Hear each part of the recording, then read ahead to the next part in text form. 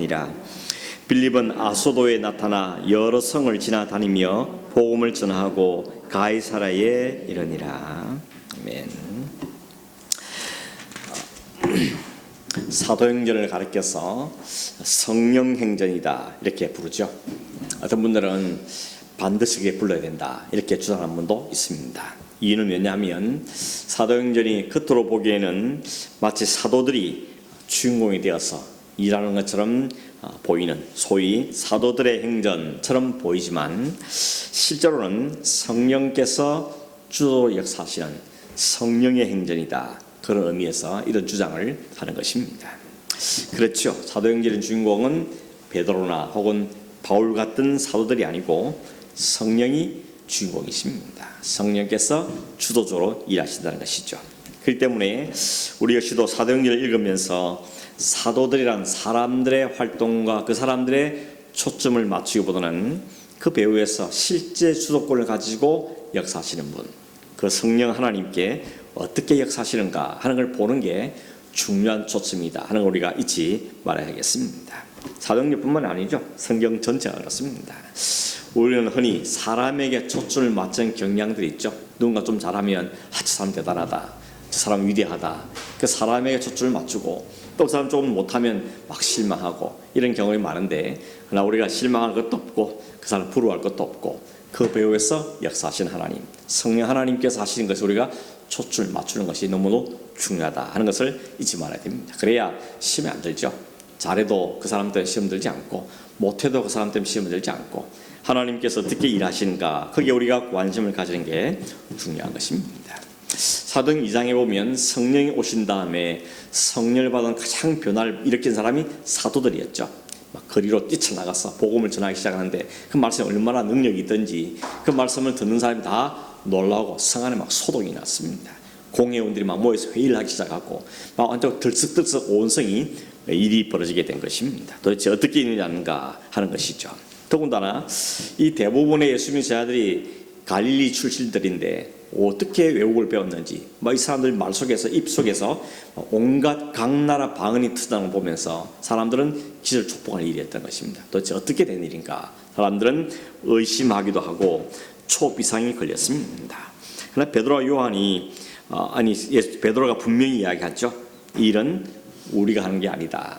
어떻게 가능하다고요? 성령이 오심으로 성령께서 역사하신 결과다라고 분명하게 이야기하는 것입니다.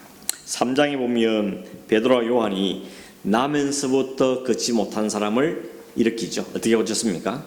내가 너한테 은과 금은 없지만 내게 있는 예수 그리스도 이름으로 명하노니 일어나 걸어라 했더니 그가 벌떡 일어나서 침상을 들고 걷고 뛰고 성전 안에 들어가서 찬송할 일이 벌어졌다고 했습니다. 사람들이 또 막 놀라죠. 도대체 베드로와 요한이 무슨 능력을 했는가라고 사람들이 놀라고 있을 때 베드로 요한이 분명히 말하기를, 여러분 왜 놀랍니까?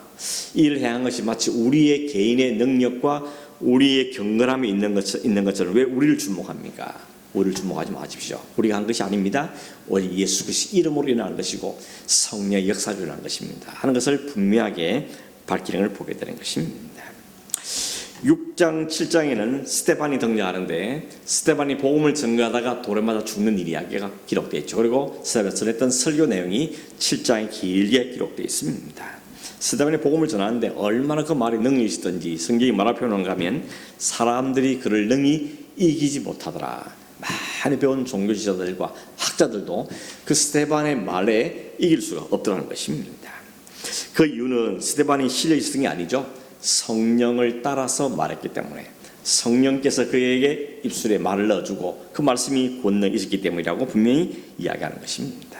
스데반의 신앙의 절정은 결국 순교하는 장면이죠. 순교할 때 어땠습니까? 마치 예수님이 말씀한 것처럼 말하고 예수님처럼 행동하고 그리고 예수님이 하신 죽음처럼 아주 장엄한 죽음을 맞이하는 걸 보게 되는 것입니다. 이렇게 멋지게 순교하신 이유를 성경은 뭐라 밝히는가 하면 스데반이 성령의 충만하여서 하늘을 우러보았더니 하나님 보좌를 보게 되고 예수님이 그 우편에 서신 것을 보았다고 이야기합니다. 결국 여기서도 뭘 강조합니까? 스데반 개인의 능력이 아니라는 것이죠. 스데반이 탁월해서가 아니라는 겁니다. 하나님이 성령께서 그의 눈을 열어주셔서 하나님을 보게 하고 하나님 보좌를 보았기 때문에 결국 그 말도 그 삶도 마지막 죽의 모습까지도 이렇게 영광스러울 수 있었다는 것을 누가가 정언하고 있는 것입니다. 오늘 우리가 읽은 이 8장에 들어오면 주요 인물이 빌립이라는 사람이 등장합니다. 빌립이 어떤 사람인가 하면 예수님께 직접 지도를 받은 12명 제자는 아닙니다. 그 이름이 등장하는 게 6장에서 등장했죠. 거기에 보면 예루살렘 초대 예루살렘 교회 7명의 흔히 우리가 집사라 부르는 1명의 일꾼을 세우는데 그 중에 스데반과 빌립과 이렇게 시작합니다. 빌립이 거기에 이름이 등장합니다. 그러니 빌립은 사도는 아니고 12제자도 아니었고 그는 교회에서 세움받은 집사 중에 한 사람으로서 그들이 맡긴 사명은 뭐였습니까? 구제하고 교회를 섬기는 것이 그의 주된 임무였습니다. 그런데 그 빌립이 사마리아로 갔다 이렇게 말합니다. 왜 갔습니까? 스데반이 돌에 맞아 죽습니다. 그리고 그걸 본 사울이 아주 기세등등해서 이참에 교회를 완전히 쓸어 말려버리겠다. 그래서 대대적인 큰 핍박이 예루살렘에 일어나게 되죠. 그래서 사도들을 제외한 모든 다른 사람들 다 뿔뿔이 흩어졌다 그랬습니다. 빌립도 흩어졌는데 어디로 가는가 하면 빌립은 사마리아 성으로 갔다는 이야기인 것입니다. 그 사마리아 성에서 빌립이 거기에 흩어졌는데 거기서 그냥 있었던 게 아니죠. 성령이 그를 붙드셔서 그 사마리아 성에 복음을 전하게 했던 것입니다. 여러분 사마리아에서 빌립이 성령이 시키니까 복음을 전하게 했는데 얼마나 기대를 했을까요? 내가 복음을 전하면 얼마나 많은 사람이 돌아올 것인가. 그런 놀라운 역사를 막 기대하면서 복음을 전했을까요? 아마 그렇지 않았을 것 같습니다. 왜냐하면 빌립 역시도 유대인이거든요. 유대인들은 사마리아 사람들을 아주 고깝게 취급하지 않습니까? 개같이 취급합니다. 유대주의가 있기 때문에, 유교의 편견이 있기 때문에 비록 성령께서 입을 열어 복음을 전하긴 했지만 그 쉽게도 하긴 하지만 무슨 열매가 있겠나 이런 생각으로 했을 가능성이 상당히 있겠다 하는 것을 짐작해 볼 수 있습니다. 그런데 결과는 완전히 예상과 달랐죠. 엄청난 일이 벌어졌습니다. 빌립이 복음을 전하기 시작하니까 그 성에 그 빌립을 통해서 큰 표적과 기적들이 막 일어나기 시작하는데 더러운 귀신들이 막 쫓겨나고 걷지 못하는 사람이 일어나 걷고 당시에 불치의 병에는 중풍병이 낫고 막 이런 일들이 막 일어나는 것입니다. 성 안에 많은 사람들이 빌립이 전한 그 하나님 나라와 예수 그리스도 이름에 관한 복음을 듣고는 믿게 되고 회개하고 세례를 받고 한 온 성에 이 복음의 역사에서 기쁨이 충만했다. 이렇게 누가가 이야기하고 있는 것입니다. 여기서 질문이 생기죠. 빌립의 철저한 전도 계획이었는가? 혹은 빌립의 탁월함이 있는가? 그의 비전과 열망 때문에 된 것인가? 아니면 사도들이 선교진 전략으로 사마리아에 빌립을 보냈는가? 다 아니죠. 다 아닙니다. 그냥 핍박이 일어나서 예루살렘에 머무르기 힘드니까 이리저리 피하다가 간 곳이 사마리아였고 갔을 때 성령이 그에게 말씀을 전하라니 말씀을 전한 것뿐이었는데 거기에 놀라운 역사가 일어나게 되었다는 것입니다. 결국 성령께서 일하신 겁니다. 왜 그렇습니까? 사도행전 1장 8절의 약속의 말씀을 이루시기 위해서 너희가 성령이 임하면 권능을 받게 될 것이고 권능을 받으면 이 복음을 예루살렘뿐만 아니고 온 유대와 사마리아와 땅끝까지 복음을 전하게 될 거다 하는 이 말씀을 성령께서 이루시는 겁니다. 성령이 이루신 이 일을 위해서 하나님이 스데반도 쓰시고 빌립도 쓰시고 흩어진 사람들 사용을 하시더라는 것입니다. 이것이 성령께서 하신 일인데 놀라운 건 뭔가 하면 뭘 계기로 삼았다 그랬죠? 핍박을 계기로 삼았어. 하나님 말씀을 명령을 주셨는데 온 사방을 흩어지려 했는데 안 흩어지니까 그 땅에 큰 핍박이 나왔고 그 핍박을 이용해서 핍박을 활용해서 흩어진 무리를 통해서 온 복음이 사방을 흩어지게 하는 역사를 보게 되는 것입니다. 항상 여러분 성령이 하신 일은 하나님 하신 일을 우리가 나중에 깜짝깜짝 놀라죠. 어떻게 이렇게 하셨을까? 이렇게 하신 놀라운 감탄사가 우리에게 터져나오게 된다는 것입니다. 우리의 상식, 우리의 생각으로는 이해 못되는 일들이 참으로 많다는 것입니다. 결국 성령께서 복음을 유대의 벽을 넘어서 사마리아까지 그리고 땅끝까지 전개되는 역사를 해가는 걸 보게 되는 것입니다. 오늘 본문의 26절에 보면 이런 말씀이 있죠.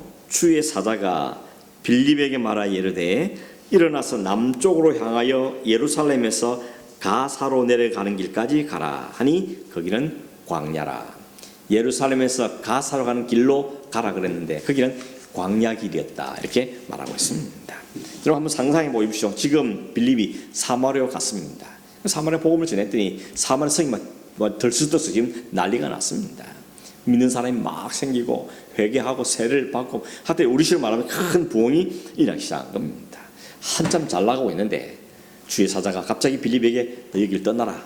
어디로 가라는 겁니까? 광야로 가라는 것입니다. 아니 광야로 가면 어떻게 합니까? 사람이 뭐 이 성 안에서 복음을 전해야지. 전략적으로 선교지면서 여기가 중요한 곳인데 광야 가면 사람이 있습니까? 없습니까? 사람이 없는 곳인데 왜 걸어가랍니까? 이렇게 생각할 수 있는 것인데 하나님이 성령께서 말씀하신 따라 빌립이 가봤더니 거기에 뭐가 있습니까? 한 사람을 만나게 하신 거죠. 성령께서 빌립과 그 한 사람을 만나기 위해서 그 만남을 위해서 그쪽에 보내야 하신 것입니다. 그 사람이 누구였습니까? 그 사람 바로 이디오피아의 넷이었다 이렇게 말하고 있죠. 여기 우리 한 가지 깨닫는 게 뭔가 하면 성도라는 것은 혹은 하나님의 사람이라는 것은 자기 마음대로 자기 생각대로 사는 사람이 아니라는 것이죠. 성령께서 가라는 곳에 가고 하라는 것을 하고 말씀에 순종을 사는 게 성도의 삶이다 하는 걸 여기서 배우게 되는 것입니다. 성령께서 우리를 이끌어 가십니다. 마치 우리가 내비게이션 켜놓고 그 길 따라 쭉 길 가는 것처럼 성령께서 영적인 내비게이션 말씀을 우리에게 주셔서 우리를 인도해 가시는 것입니다. 그 경로를 이탈하면 어떻게 합니까? 경로를 이탈했습니다. 돌아가십시오. 이렇게 내비게이션 이야기하죠. 어떤 분은 막 고집을 피우죠. 내가 아는 길이다. 그러면서 끝까지 고집을 피우는데 고집 피워 좋을 일이 별로 없죠. 돌아서는 게 중요한 것입니다. 왜 주의 사자가 빌립을 그곳에 갔는가? 가봤더니 아주 중요한 만남을 위해서 그를 거기에 보낸 겁니다. 여러분 성령께서는 우리를 헛짓하게 안 하십니다. 의미 없이 보내지 않는다는 것입니다. 우리의 이러한 일도 의미 없는 일은 없다는 걸 우리가 이미 전제하는 게 필요합니다. 지금 당장은 이해가 안 되지만 나중에 돌아가 보면 지나고 보면 그게 그래서 되는 거구나 라고 깨닫게 되는 것이 대부분이라는 것입니다. 오늘 성경이 우리에게는 빌립은 모르고 간 거죠. 근데 우리는 이미 이제 전체를 아니까 하나님 이렇게 빌립 인도하신 거라를 알 수 있습니다. 거기 에도피아 사람을 만났는데 그 사람은 어떤 사람인가 하면 에티오피아 여왕 간다게의 넷이었다 이렇게 말하고 있습니다. 에티오피아는 이집트 남쪽에 있는 오늘날 수단 지역에 있는 나라입니다. 거기에 여왕이 있는데 이름이 간다게고 그 간다게 왕의 넷이가 바로 여기 있었다는 것입니다. 그런데 이 사람은 그냥 보통 넷이가 아니고 오늘 성경에 보니까 여왕의 모든 국고를 맡은 넷이었다 이라 합니다. 우리시로 말하면 재무부 장관이나 경제기원 장관쯤 되는 나라의 살림살을 맡은 사람입니다. 그러니까 상당히 권세가 있는 사람인 것입니다. 이 사람이 왜 예루살렘 왔다 그러죠? 예배하러 왔다 그럽니다. 아마도 이 사람이 어떤 통로는 모르겠지만 그가 예루살렘에서 예배하는 일을 관심을 가지고 예배하러 왔다가 돌아가는 길이었다는 것입니다. 근데 29절에 보니까 성령이 빌립에게 이 수레로 가까이 가라 이렇게 이야기합니다. 그래서 빌립이 수레에 가까이 다가갔습니다. 그 다가가면서 뭐라고 이야기합니까? 당신이 지금 읽고 있는 것을 깨닫습니까? 묻습니다. 그랬더니 대답하기를 가르쳐줄 사람이 없어가지고 내가 읽긴 읽는데 무슨 뜻이 못 깨닫습니다. 그래서 당신 내 수레에 올라타십시오. 같이 앉으라고 초대를 합니다. 그런 다음에 이야기한 거죠. 혹시 이 사람이 내게 뭔가 할 말이 있는가 하고 앉게 했는데 그때 보니까 무엇을 읽었다 그러죠? 이사야 53장 7절 8절 말씀을 읽고 있었던 것입니다. 거기에 나온 내용이 오늘 성경에 나오죠. 그가 도살자기로 가는 양과 같이 끌려갔고 틀 깎는 자 앞에 있는 어린 양이 조용함 같이 그 입을 열지 아니하였다. 이런 내용을 쭉 읽고 있는데 우리는 무슨 말씀인지 알죠? 이게 바로 소위 말하는 고난의 종 예수 그리스도의 십자가의 고난을 상기하는 것이죠. 어린 양처럼 도살받은 그 양 끌려가는 양처럼 십자가에 매달려 죽으시는 그 예수를 묘사하는 말씀인 겁니다. 그래서 사람이 이 글을 읽으면서 이게 무슨 뜻인가 혹 이 선지자가 이사야가 한 말이 여기 말하는 선지자가 자기를 한 말인가 자기를 그렇게 한 말인가 아니면 다른 사람이 말한 건가 난 도저히 이해가 안 됩니다. 이렇게 말하니까 이 빌립이 그 수레에 같이 앉아서 이 글로부터 시작해서 예수 그리스도께까지 차근차근 예수 그리스도에서 설명하고 가르치기 시작했다는 것입니다. 결과는 어떻게 됐죠? 36절에 나옵니다. 그들이 길 가다가 물이 있는 곳에 도착하니까 도착했을 때 내시가 그러죠. 저기 물이 있지 않습니까?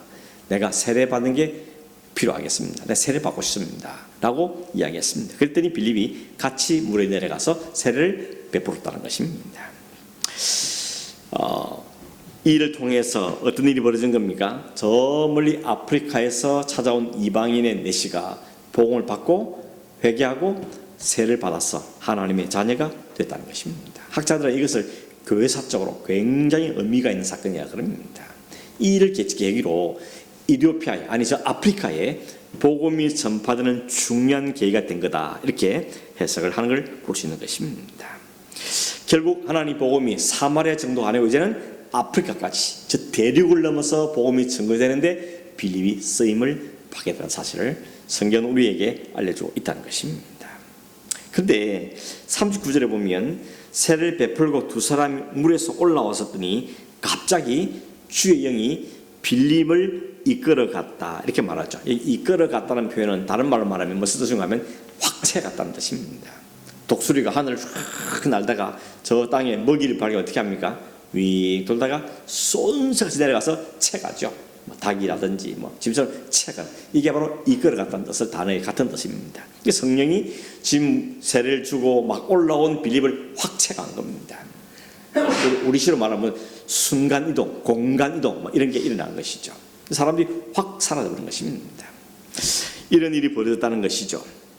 어디로 갔다 그럽니까? 오늘 40절에 보니까 아수도에서 나타나서 여러 성을 두루 다니면서 복음을 전했다라고 이야기합니다. 그리고 내시는 어떻게 했죠? 오늘 성경에 보니까 기쁘게 자기 길을 갔다, 이렇게 말합니다. 복음을 듣고 깨닫지 못했던 걸 깨닫게 되고 믿게 되고 세례도 받고 이 기쁨이 충만해서, 복음을 하는 기쁨이 충만해서 자기 있는 곳으로 즐거이 갔다고 이야기하는 것입니다. 결국 누가가 이를 통해서 보이고 싶은 게 뭡니까?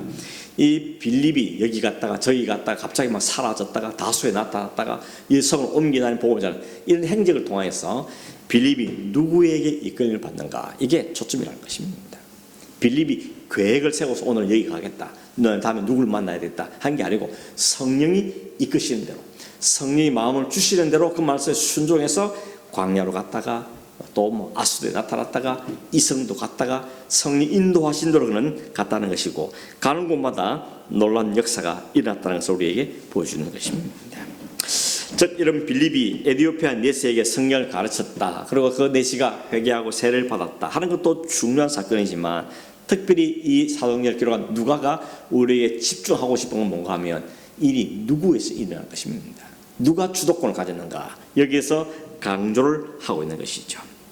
즉 빌립은 자신의 의지, 자신 열심으로 하나님이 이룬 것이 아니고 하나님 영의 이끌을 받아서 이 일을 했다는 것을 우리에게 강조하는 것입니다. 우리의 뭘 도전하는 겁니까? 우리도 그래야 한다는 것입니다. 내 고집, 내 의견, 내 감정, 이거 자꾸 너무 내세우지 말고 늘 하나님께 주님 깨닫게 해주십시오, 알게 해주십시오. 뭘 하기를 원하십니까? 어딜 가기를 원하십니까? 어떻게 하기를 원합니까? 늘 물어보라는 겁니다. 그리고 성령이 우리의 마음에 감동을 주실 때 그 말씀에 순종해서 그 길을 가라고 우리에게 말씀하는 겁니다. 그런데 뭘 해야 되겠습니까? 날마다 내 안에 있는 내 욕심이나 내 감정, 이걸 죽여야 되는 거죠. 이게 죽여져야 하나님의 뜻이 선명히 드러나지 않겠습니까? 내 욕심이 살아나면 살아날수록 주님께서 더 희미해지는 것입니다. 그래서 이기심과 욕망과 세상을 향한 욕심들과 또 이런 것들을 날마다 자꾸 제거해내고 죽어가고 우리 안에 하나님의 뜻이 더 선명히 드러날 수 있도록 우리 날마다 기도하고 인도를 받는 것이 필요하다는 것이, 이것이 빌립뿐만 아니고 흩어진 모든 성도들의 초대교회 모습이라는 우리에게 이야기해 주고 있는 것입니다. 내게 무슨 비전이 있냐, 내가 무슨 계획이 있냐, 그것도 필요할지 모르겠지만 그보다 더 중요한 것은 그 비전이, 그 계획이 어디로부터 왔냐는 겁니다. 누가 준 비전이고 누가 준 계획이고 누가 준 생각이냐 하는 게 훨씬 더 중요하다는 사실을 우리에게 인도하고 있다는 것입니다. 그런 측면에서 오늘 교회들이 혹은 성도들이 혹은 가정들이 하나님 절대주권을 인정하면서 하나님 뜻에 맞출 애를 쓰고 몸부를 치며 하나님 뜻에 순종하겠다는 이런 것보다는 비전을 가장한 자기 욕망들이 너무 많죠. 비전을 말은 하겠는데 사실 알고 들어가 보니까 자기 욕심이죠.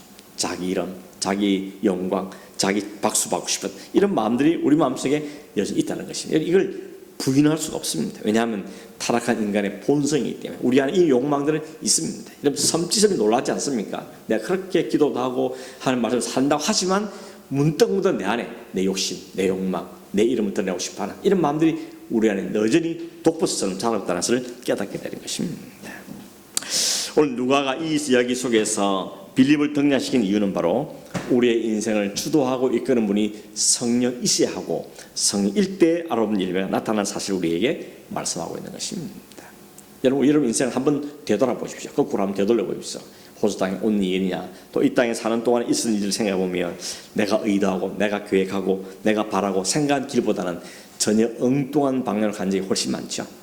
그런 게 얼마나 많습니까? 나 이게 살려고 안 왔는데 살게 되고, 나 일 하는 게 아닌데 평생 해보지 않은 일을 하게 되고, 생각도 못하는 일들을 경험하게 되고, 이런 일을 만나게 되는 것입니다. 근데 조금 지나서 돌아보면 하나님이 인도하신 거구나, 이런 목적을 위해서 나를 이끌어 오신 거라는 것을 나중에 깨닫게 되는 것이죠. 그래서 우리는 어떤 말을 가정하면 앞으로는 하나님이 이끄셨기 때문에 앞으로도 이끄시겠구나, 이런 믿음이 우리 마음에 생기게 되는 겁니다. 그래서 전에는 너무 조금만 해도 염려 많고 불안하고 두려워했는데 이제는 그게 좀 여유가 생기는 겁니다. 하나님 또 하실 거야, 하나님 또 이끄실 거야, 하나님 무슨 뜻이 있겠지, 하나님 뭔가 계획이 있으니 나를 인도하시는 거지, 하나님 이런 것이 생기죠.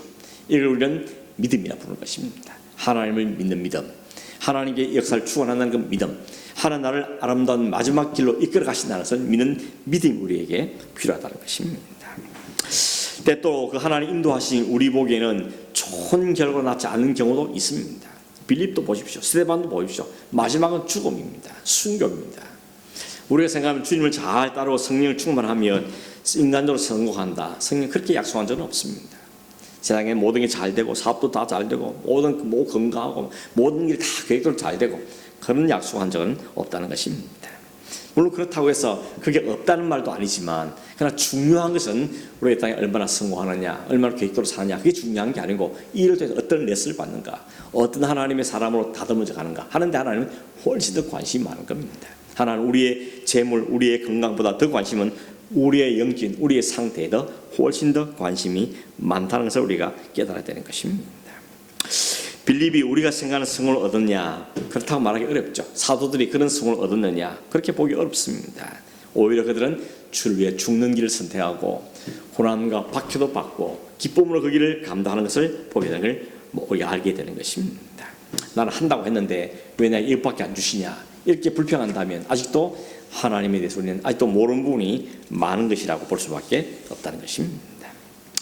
빌립이 성령에 이끌린 그 결과를 오늘 보면 어떤 일을 벌였습니까? 사마리아 전도를 통해서 놀라운 역사가 일어났다 그랬죠. 뿐만 아니라 이도피아 내시에까지 성경을 가르치고 세를 주기까지 했던 것입니다. 그런데 이를 이룰 때마다 성령이 그를 싹 뽑아서 또 다른 걸 가게 만드십니다. 뭐 좀 영광을 보고 싶은데 사마리아에서 이름이 막 높아지고 이름이 유명해지기 시작하는데 싹 뽑아가지고 광야를 보내는 것입니다. 그것이 에디피아 네시를 받아가지고 그 사람을 믿고 세례를 받았습니다. 그러니 이제 네시한테 대접도 받을 만하지 않겠습니까? 권세도 있고 힘도 있고 있으니까. 그런데 하나 또 쏙 빼가지고 다른 곳에 보내버리더라는 것입니다. 이거 보면 우리가 뭔가 하면 뭔가 대접을 받고 뭔가 하면 내 이름이 드러나고, 그러니까 우리의 욕망이라는 것을 깨닫게 되는 것입니다. 우리는 말로는 예수님처럼 이렇게 말하지만 사실 우리 안에는 그렇지 않은 욕망들이 있다는 걸 깨닫게 되는 것이죠. 세상 사람들은 빌립처럼 살면 뭐라 그럽니까? 미련하다 그러죠.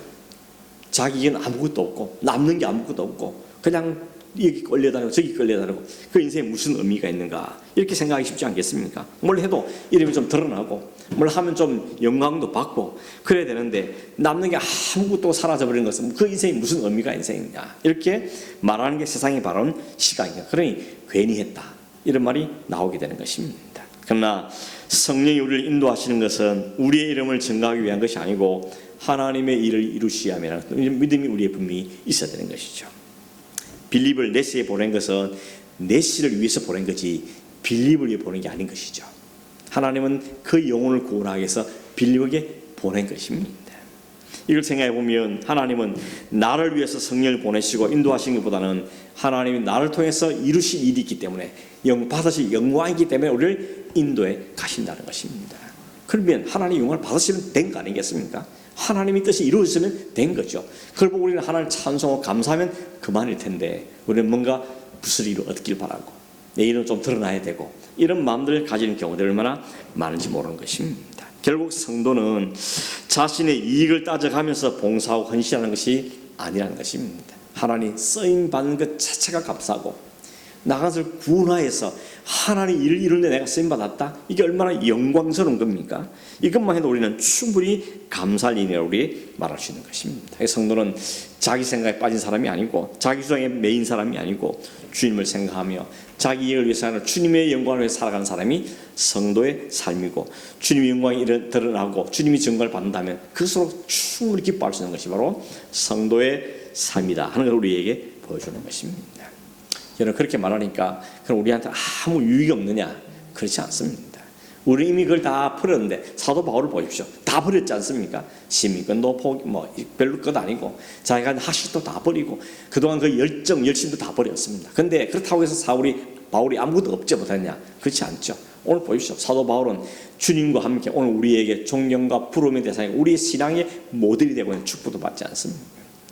빌립이 그런 했다 해서 아무 일 없었느냐? 그렇지 않습니다. 성령께 순종하고 말씀 있기를 받는 그 사람을 통해서 가장 중요한 하나님의 역사가 이루어지지 않습니까? 하나님의 역사를 이루는 내가 쓰임받은 것보다 더 중요한 게 뭐 있습니까? 군인들이 나라에 왜 충성합니까? 이 나라를 내가 충성함으로 이 나라를 지켰다. 그것이 자기 영광인 것이죠.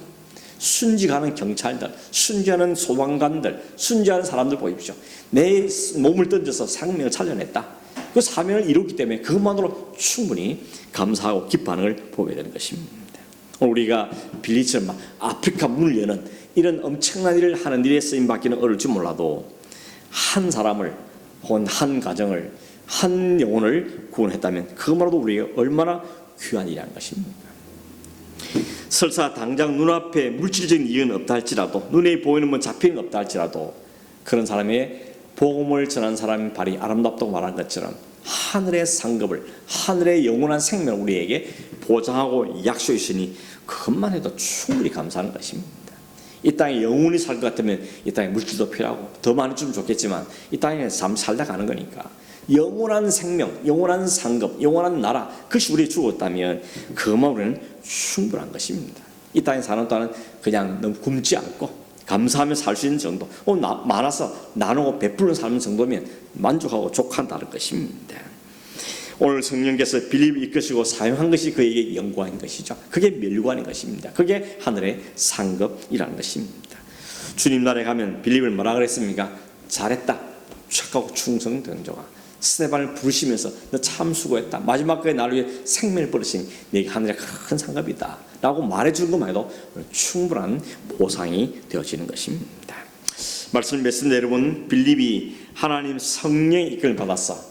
여기도 가고 사마리아 성도 하고 광야도 가고 또 여기도 하고 저기도 하고 성령의 이끌을 받았을 때 순종했을 때 그를 통해서 하나님이 하시는 일들이 이루어지는 영광을 누리게 된 것을 우리가 보게 되는 것입니다. 손에 잡히는 물질이나 명예나 이건 없을지 모르지만 하나님의 나라가 확장되어 가고 하나님이 영광을 받으시고 하나님의 나라가 그 말씀이 약속 이루어지는 데 자기가 인생이 쓰임받은 인생이었으니 그 인생이 참으로 값주고 복된 인생으로 말할 수 있다는 것입니다.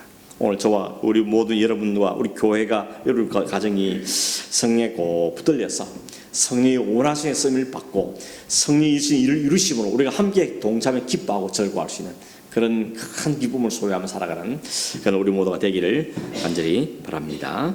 그러면서 우리 찬송 하나 하겠습니다. 찬송 하나 하고 잠시 기도하도록 하겠습니다. 주님 말씀하시면 내가 나아가리다.